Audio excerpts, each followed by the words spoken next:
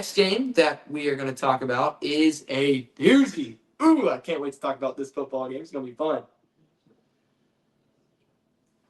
So, just talked about Alabama. Just talked about their run. Just talked about how they're undefeated in the SEC.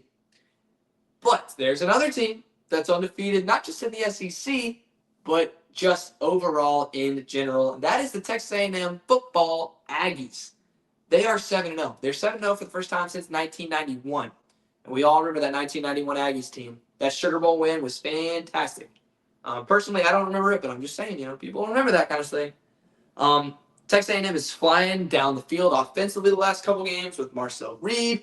Le'Veon Moss has been a little bit injured, but they've still been able to make plays through the run game, especially against Arkansas. And this Mike Elko defense, I know I've talked trash about this Mike Elko defense, but it has been pretty good. It's been pretty good, especially in the middle of the football field.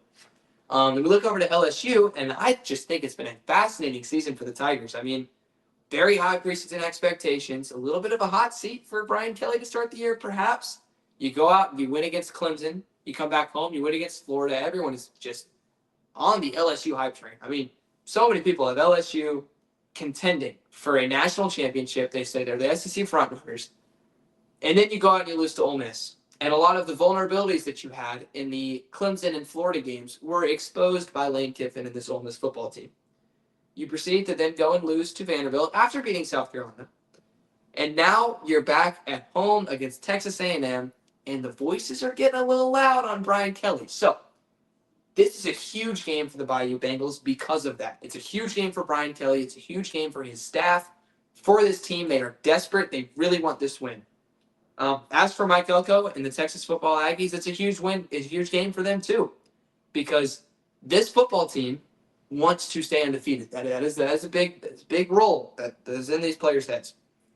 So let's break this game down. First of all, let's talk about LSU's offense against Texas A&M's defense. Now, what I see as the main strengths of this A&M defense are A, their linebacker play, and B, their corner play. What I mean by their linebacker play, they just fly over the field. They're led by Torian York. They have another dude. I forget his number and his name, but he is just so athletic, and he makes so many plays. But Texas A&M, against Auburn didn't even try to throw it over the middle of the field. They didn't even try and run the ball up the middle. Everything was to the side, whether it was RPOs or swing routes or whatever it was, or motion. Teams are terrified to go at this Texas A&M defense down the middle. They're just absolutely scared. And rightfully so, because these A&M linebackers are scared.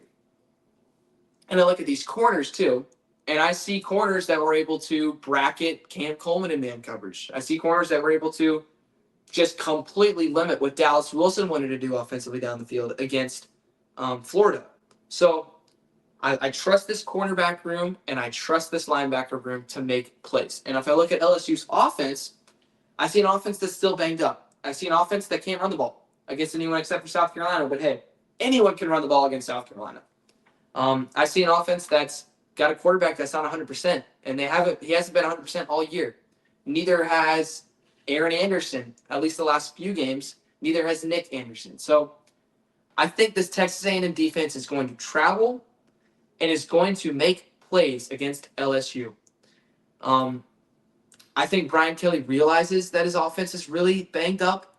I just haven't seen any creativity at all from this LSU offense that helps them out when they are injured.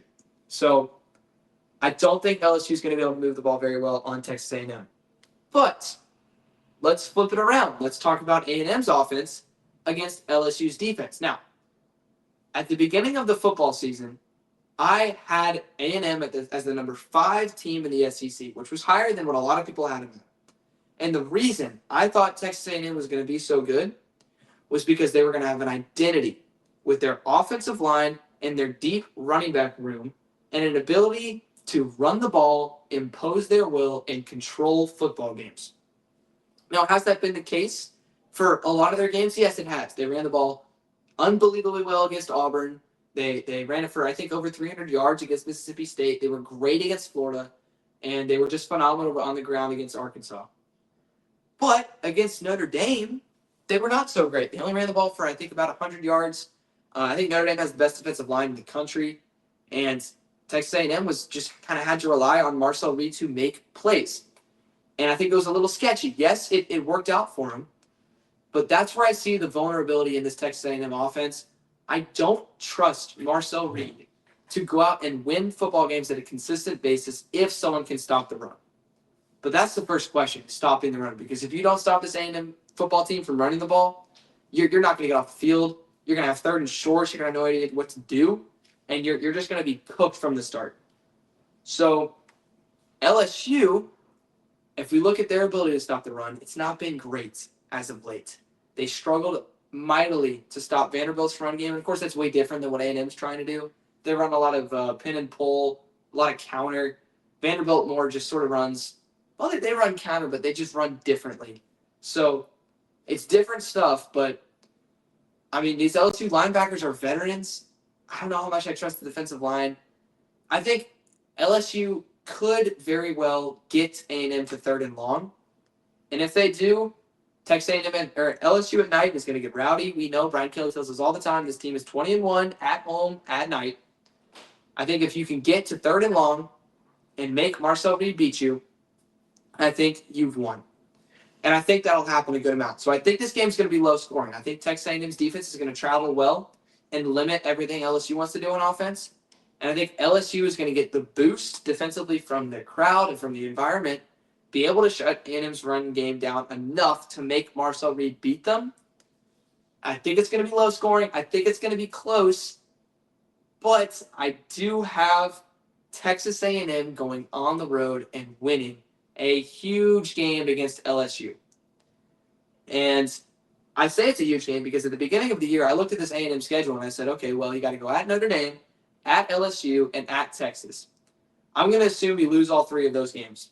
The question to me is, can you go undefeated in the rest of them to try and make the playoffs? Well, if they win this game, they've already won two of the games that I said they were going to lose and haven't lost to any other football teams yet. If Texas A&M wins this game, they are on track not only to make Atlanta, but to make the playoffs pretty easily, to be honest. I mean, A&M's schedule is pretty favorable the rest of the way. They do have to play out Missouri. They do have to play South Carolina and Texas. But if they can win this football game, I will be picking the Aggies to go to Atlanta to face off against whoever else it may be. But yes, this is a huge game. This is also a big game for Brian Kelly. If Brian Kelly loses this game big at home at night, you think there's voices now. They're going to start heating up, and in my opinion, rightfully so. But we're not going to talk about coaching today.